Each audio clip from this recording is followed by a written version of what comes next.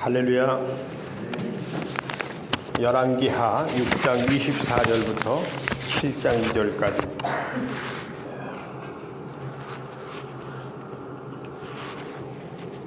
열왕기하 6장 24절부터 조금 길지만 한 절씩 교독하시겠습니다. 이후에 아람 왕 벤하닷이 그의 온 군대를 모아 올라와서 사마리아를 에워싸니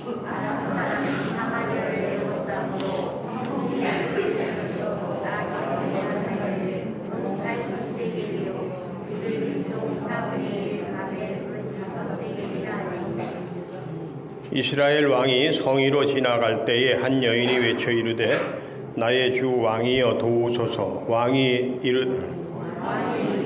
여호와께서 너를 돕지 아니하시면 내가 무엇으로 너를 도우랴? 타작마당으로 말미암아야 하겠느냐? 포도주 틀로 말미암아야 하겠느냐 하니라. 또 이르되 무슨 일이냐 하니 여인이 대답하되 이 여인이 내게 이르기를 내 아들을 내놓아라. 우리가 오늘 먹고 내일은 내 아들을 먹자 하매 드디어 내 아들을 삶아 먹었더니 이튿날에 내가 그 여인에게 이르되 내 아들을 내놓아라. 우리가 먹으리라 하나 그가 그의 아들을 숨겼나이다 하는지라. 왕이 그 여인의 말을 듣고 자기 옷을 찢으니라. 그가 성위로 지나갈 때에 백성이 본즉 그의 속살에 굵은 배를 입었더라. 왕이 이르되 여호사밧의 아들 엘리사의 머리가 오늘 그 몸에 붙어 있으면 하나님이 내게 벌 위에 벌을 내리실지로다 하니라. 그때에 엘리사가 그의 집에 앉아 있고 장로들이 그와 함께 앉아 있는데 왕이 자기 처소에서 사람을 보냈더니 그 사자가 이르기 전에 엘리사가 장로들에게 이르되 너희는 이 살인한 자의 아들이 내 머리를 베려고 사람을 보내는 것을 보느냐? 너희는 보다가 사자가 오거든 문을 닫고 문 안에 들이지 말라. 그 주인의 발소리가 그의 뒤에서 나지 아니하느냐 하고 무리와 말을 할 때에 그 사자가 그에게 이르니라. 왕이 이르되 이 재앙이 여호와께로부터 나왔으니 어찌 더 여호와를 기다리리요? 엘리사가 이르되 여호와의 말씀을 들을지어다. 여호와께서 이르시되 내일 이맘때에 사마리아 성문에서 고운 밀가루 한 수아틀 한 세겔로 매매하고 보리 두 수아를 한 세겔로 매매하리라 하셨느니라. 그때에 왕이 그의 손에 의지하는 자 곧 한 장관이 하나님의 사람에게 대답하여 이르되 여호와께서 하늘에 창을 내준들 혹시 이런 일이 있으리요 하더라. 엘리사가 이르되 내가 내 눈으로 보리라. 그러나 그것을 먹지는 못하리라 하니라. 아멘.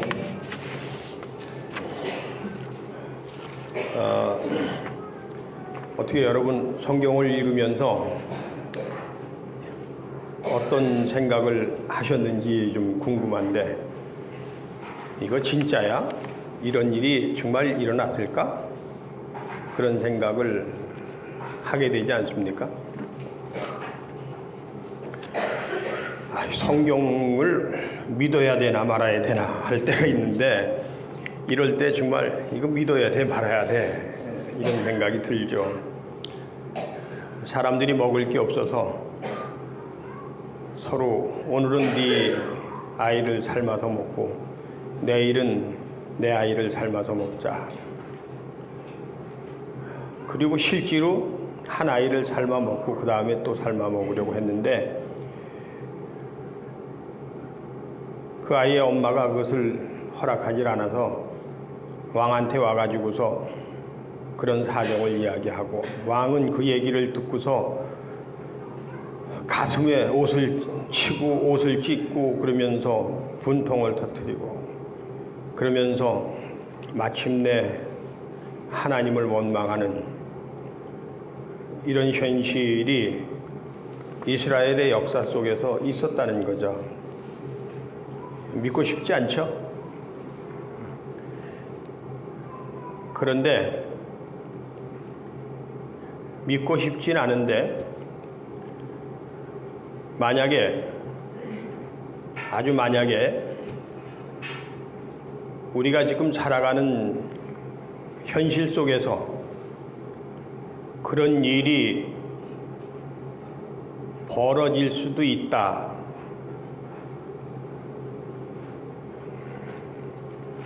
그보다 더한 일이 일어날 수도 있다. 이런 생각을 해본다면, 아니, 그런 생각을 우리가 해봐야 되지 않겠습니까? 입에 담기 싫은 말이지만 그럴 수도 있지 않겠느냐. 그럴 때 과연 나는 어떻게 할 거냐라고 하는 겁니다. 지난주 중에 고수철 감독님이 이제 하나님의 부르심을 받으셨습니다. 예, 암 투병을 하시다가 소천하셨는데 가신 분은 이제 한 2년 동안 암 투병을 하면서 굉장히 힘들어 하셨으니까 잘 가셨다. 그렇게 우리가 얘기할 수도 있지만 남편을 먼저 보내고 이제 혼자 된 그 사모님의 입장에서 얼마나 마음이 우리가 표현할 수 없는 그런 심정 아니겠습니까? 그런데 우리 모두는 언젠가는 그런 일을 우리가 당할 수밖에 없다, 경험할 수밖에 없다 그런 얘기예요. 그게 우리들의 현실이라 그런 얘기입니다. 몇 해 전만 해도 저 인천에서 여기까지 한 달에 한 번 정도 꼭 오셔서 예배 말씀 전해주시고 우리 한석교회를 그렇게 사랑해 주시고 그분이 살아오면서 앞만 보고 달려가신 분입니다. 가난한 가정에서 태어나서 어려운 형편 속에서 정말 죽어라 하고 공부를 해가지고 학력으로 따지면 정말 참 대한민국에서 최고 가는 대학에도 다니셨고 그리고 하나님의 부르심을 받아서 또 신학을 하시고 목사가 되시고 그리고 우리 감리교회에서는 그래도 목회자들의 가장 큰 지도자가 돼서 감독회장도 하시고 그러신 분인데 이분이 그 앞만 보고 달려가는 그것 때문에 사실은 주위에 학교 동창은 있고 친구는 있지만 그분하고 정말 가깝게 이렇게 그 형제처럼 지내는 그런 분들은 사실 별로 없는 분인데 그분이 높은 자리에 있을 때가 아니라 다 내려놓았던 그 시점에 이제 제가 가깝게 이렇게 대하게 돼서 그때부터 저를 동생이라고 그렇게 먼저 불러주시고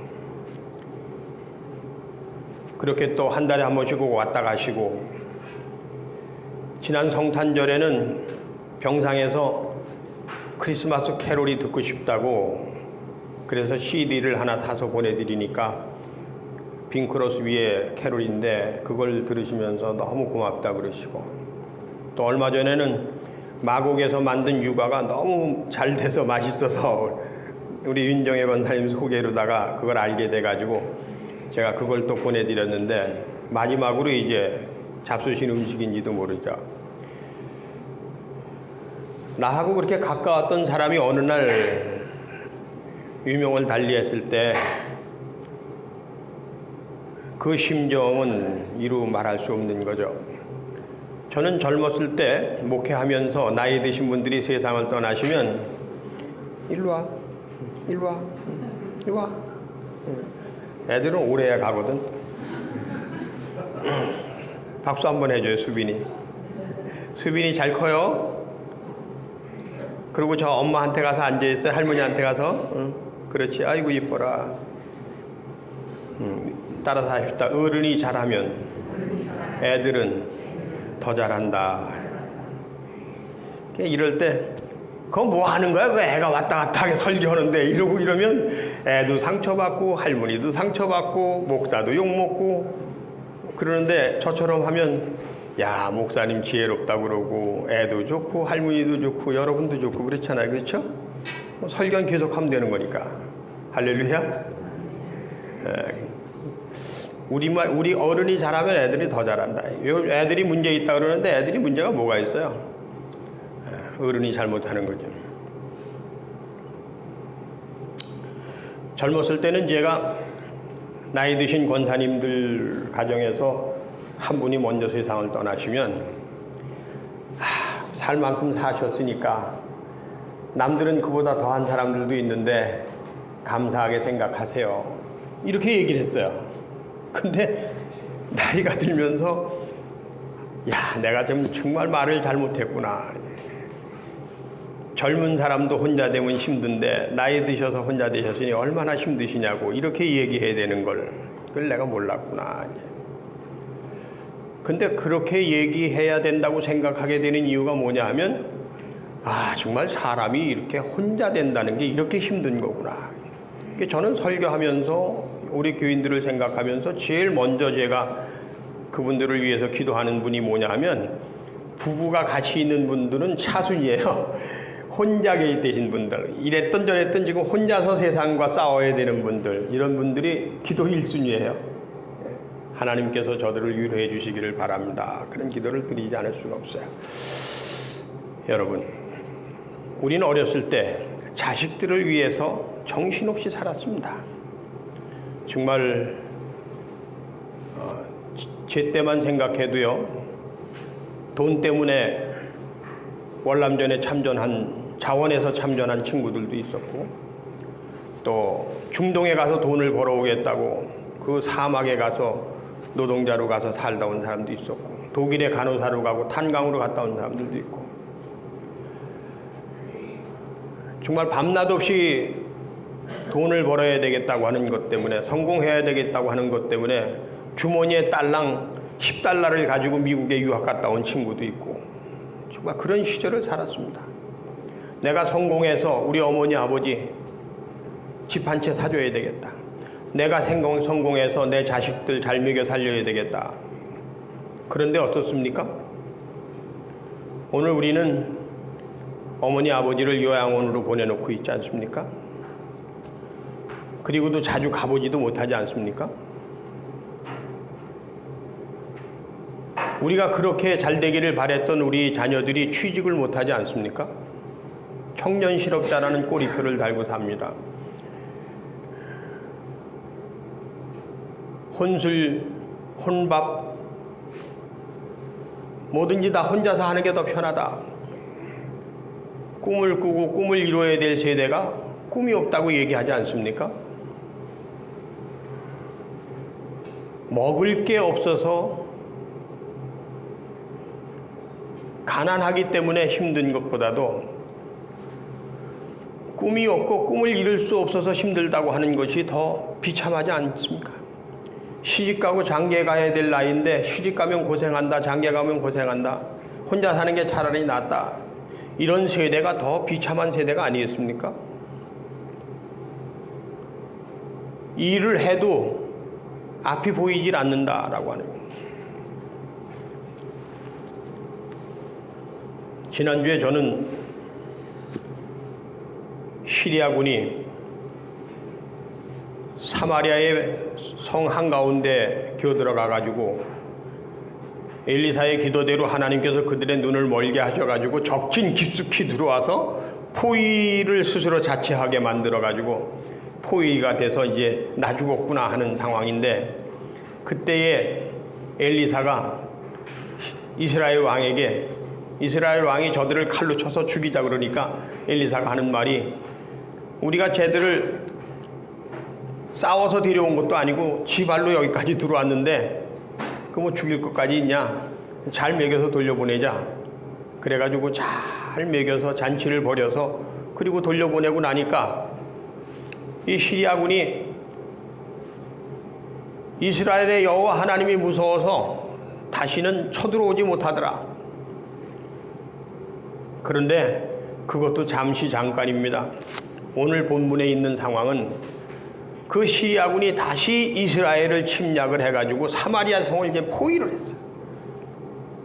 지난주 설교에서는 사마리아 상원으로 지갑치 발로 기어들어가서 포위가 돼가지고 죽을 상황이 벌어졌었는데, 오늘 본문에서는 그 시리아군이 다시 이스라엘을 쳐들어와가지고 사마리아 성을 포위를 했어요. 그래가지고 완전히 사방을 차단해버리니까 먹을 게 없어요. 거기서 먹을 수 있는 건 다 뜯어먹고 뭐 발려먹고 다 먹었는데 이제는 먹을 게 없어서 자식을 잡아먹는 상황이 벌어졌다. 저는 이 성경 말씀을 보면서 두 가지를 생각했습니다. 그 하나는 뭐냐 하면, 야, 믿을 게 없구나. 여호와 하나님이 이렇게 하셨으니까 저들이 이제는 못 쳐다올 줄 알았는데, 정말 그들 말처럼 시리아가 다시는 이스라엘을 침략하지 않더라, 쳐들어오지 않더라, 성경이 그렇게 기록하고 있는데, 근데 그놈들이 다시 쳐들어왔다 이거예요. 아주 우리 어렸을 때 뭐 소련한테 속지 말고, 일본한테는 뭐 어떻게 하지 말고, 뭐 중국한테는 뭐 어떻게 하지 말고, 미국은 믿지 말아라 그런 말이 있었는데, 정말 믿을 게 없어요. 지금 우리나라 사람들 거의 대부분이 미국을 철석같이 믿는데, 저는 믿을 수가 없어요. 어려서부터 그런 얘기를, 미군을 믿지 말아라 그런 얘기를 들어서 그런 게 아니라, 그건 제가 인생을 살아오면서 경험한 것이고 성경이 우리에게 얘기해 주는 거예요. 여러분 따라서 합시다. 사람은 믿음의 대상이 아니라 사랑의 대상이다. 이웃 나라는 믿음의 대상이 아니라 평화의 대상이다. 우리가 함께 어떻게 하면 평화를 누릴까? 어떻게 서로 공정하게, 공평하게 서로 거래할까? 어떻게 우리가 어깨를 나란히 하고 형제처럼 살아갈 수 있을까? 그런 것들을 고민하는 거지, 믿을 건 아니라 이거야. 믿을 건 하나님밖에 없어요. 그런데 말입니다, 오늘 본문에 보면 이스라엘 왕이 하는 말이 어떻게 여호와 하나님을 믿겠느냐 이거예요. 하나님이 우리를 이렇게 저주하시는데 라고 얘기를 합니다. 시리아가 쳐들어왔는데 왜 거기다가 하나님은 갖다 끼워넣는 거예요. 뭐 물에 빠진 사람 건져주니까 반지 내놓는다고, 동쪽에 가서 맞고 뭐 서쪽에 가서 화풀이 한다고, 애들 가리키라고 학교 보냈더니만 선생님이 애들 맨날 조업해가지고 사기나 꺾어놓고, 그런 현실이죠. 그러죠. 하나님이 그 어려웠던 가뭄 때에 엘리사를 통해서 얘기하신 것처럼 그렇게 축복하시고 사랑해 주셨고, 시리아가 쳐들어올 때 그들을 그렇게 눈을 멀게 하고 그렇게 그들을 꼼짝 못하게 만들어 주시고, 이런 하나님이 이번에 다시 시리아가 쳐들어왔으면 다시 하나님 우리를 도와주세요 이래야 되는 게 정상 아닙니까? 그런데 하나님 도와주세요 주여 하고 그냥 그렇게 매달렸는데도 안 되더라 이거예요. 안 되더라. 그러니까 나중에 너무 극한 상황이 벌어지니까 이제는 하나님도 필요 없다. 하나님도 그 원망하는 거야. 이게 누구요? 이게 바로 나죠. 이게 우리입니다. 이스라엘 왕이 아니라 우리예요. 납니다. 나도 그렇게 될 수밖에 없어요. 목사님, 나 이제 교회 안 다닐 거예요. 하나님이 어디 계세요? 아이고, 한두 해례이죠. 김은숙 권사님 왜 그렇게 웃어요? 빚이 갚아지질 않는 게 10년이 넘으니까 그렇지. 어려우니까, 사는 게 어려우니까 목사님 얘기가 실감이 나는 거예요. 지금 내 얘기 하시는구나 그러시는 것 같아요. 근데 고마운 건 뭐냐면 하나님이 안 계신가 봐 그러면서도 주일날 꼭 예배 시간이 되면 교회 와서 예배 드리잖아요. 할렐루야. 이스라엘 왕보다 낫죠? 믿을 건 없구나. 그리고 두 번째는 이겁니다. 하나님을 원망할 거냐, 아니면 끝까지 하나님을 믿고 바라볼 거냐. 저는 오늘 여러분들에게 이 이야기를 드리려고 하는 겁니다. 여러분, 이스라엘 왕이 얘기하기를 주께서 돕지 않는데 내가 어찌 너희들을 도울 수 있겠느냐. 나도 어떻게 할 수가 없다. 자식을 잡아먹든 뭐 발려먹든 나도 방법이 없다. 그러면서 자기 옷을 찢었던 이스라엘 왕. 그리고 하나님만 믿으라고 했던 엘리사까지도 미워져가지고 엘리사한테 가서 엘리사를 죽여야 되겠다. 내가 하나님께 저주를 받는 한이 있어도 저 새끼부터 죽여야 되겠다. 저게 우리를 하나님을 믿으라 그래가지고서 아주 바보 멍청이를 만들었다. 그런 이스라엘의 왕이 아니라 그보다 더한 상황 속에서도 하나님 믿습니다. 하나님, 이런 어려운 일을 통해서 내가 어떻게 서야 되는지를 가르쳐 주시니 감사합니다. 그런 삶이 여러분의 삶이 되길 간절히 축원합니다. 그렇습니다. 이스라엘 왕이 엘리사에게 와서 너 죽고 나 죽자 할 때 엘리사가 한 말이 있습니다. 내일 아침이면 저작거리에서 밀가루를 사고 팔고 비둘기를 사고 팔고 다시 우리가 사람 사는 세상이 찾아올 것이니까 걱정하지 말자. 지금 오늘까지도 이런데 내일 아침에 그런 일이 난다는 건 무슨 소리냐? 말도 안 되는 소리 하지 말아라. 근데 실제로 그 다음 날부터 하나님이 사랑하시는 그 백성들에게 사람이 사는 세상을 하나님께서 허락하셨다고 하는 일. 이게 오늘 본문에 나타나는 이야기입니다. 7장 1절과 2절만 한 번 더 같이 읽어보시겠습니다. 엘리사가 이르되 여호와의 말씀을 들을지어다. 여호와께서 이르시되 내일 이맘때에 사마리아 성문에서 고운 밀가루 한 수알을 한 세겔로 매매하고 보리 두 수알을 한 세겔로 매매하리라 하셨느니라. 그때의 왕이 그의 손에 의지하는 자 곧 한 장관이 하나님의 사람에게 대답하여 이르되 여호와께서 하늘에 창을 내신들 어찌 이런 일이 있으리요 하더라. 엘리사가 이르되 내가 내 눈으로 보리라. 그러나 그것을 먹지는 못하리라 하니라. 아멘. 따라서 합시다. 믿지 못하는 자에게는 미래가 없다. 새날이 없습니다. 믿지 못하는 사람들에겐 새날이 없어요. 믿지 못하니까 할 수가 없어요. 가난한 자는 복이 있나니 애통하는 자는 복이 있나니 믿지 못하는 사람은 복의 주인공이 될 수가 없어요. 내가 가난하더라도 내가 아주 어려운 형편에 처하더라도 그래 나보다 네가 더 잘 되면 좋지. 그렇게 살아갈 수 없다면 복의 주인공이 될 수가 없어요. 저는 항상 그렇게 생각을 했습니다. 내가 한석교회보다 더 어려운 더 아주 벽촌에 있는 교회 가더라도 하나님께서 나에게 가라고 하시면 언제든지 나는 그곳으로 가겠다. 저는 서울을 굉장히 싫어하는데 강원도 말로 얘기하면 도시를 더럽게 싫어합니다. 이 강원도 말이 재밌어요. 이쁜 사람이 지나가면요, 더럽게 이쁘네 이렇게 얘기를 하고, 예, 멋있는 사람이 지나가면 더럽게 멋있네 이렇게 얘기를, 잘하는 사람 보면 더럽게 잘하네 이렇게 얘기를 하는데, 난 이게 어려서부터 이게 왜 이렇게 배웠는지 모르겠는데 하여간 그런 말이 있잖아요. 정말 도시를 저는 싫어합니다. 도시에서 사는 거를 어려서 포기할 수 있었던 것을 제 인생의 가장 큰 은혜로 생각하는데 하나님께서 그래도 도시에 가서 네가 목회해야 된다. 그러면 저는 언제든지 간다고 생각을 했어요. 마음을 비우면 그곳에 복이 있는 거 아니겠습니까?